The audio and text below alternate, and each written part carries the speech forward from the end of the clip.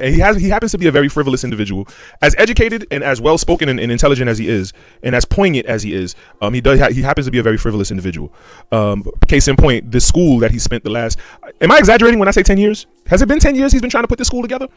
But he's been spending a lot of time and money supposedly putting this school together in Delaware. I've seen a clip, a young lady who happened to have gotten into contact with Dr. Umar saying that, he's being constantly audited for, the IRS is constantly auditing him for that school, and he's on the hook for being behind in child support. Now before we go there, let's stop a bit. I'm a man, you know what I'm saying? And not to say that child support is for men, because there are women that pay child support, believe it or not. However, typically, stereotypically, statistically, men are left to be the ones having to pay child support. You know what I mean? Because the woman stays home with the children and the men go out and hunt for food, right? That's been the caveman. That's since the caveman days, right? Hunter gatherer, right?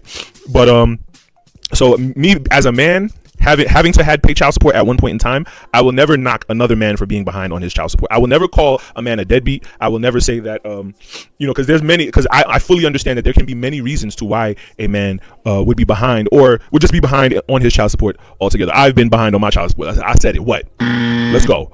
So I'm never gonna judge another man for about a governmental institution on how to parent a child. I'm not going to do that. No, not on my platform. I'm sorry. So for one, me being a man and me having me being a man and a father and having to pay child support at one point in time in my life, I can understand what not Dr. Umar, but what another man would have to go through and put up with. So therefore, I can relate in this particular situation. I can relate to Dr. Umar in that respect.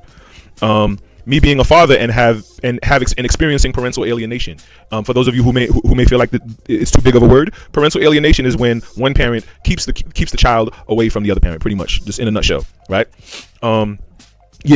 Me having experienced parental alienation, I cannot fully pass judgment on Dr. Umar's situation with this estranged daughter.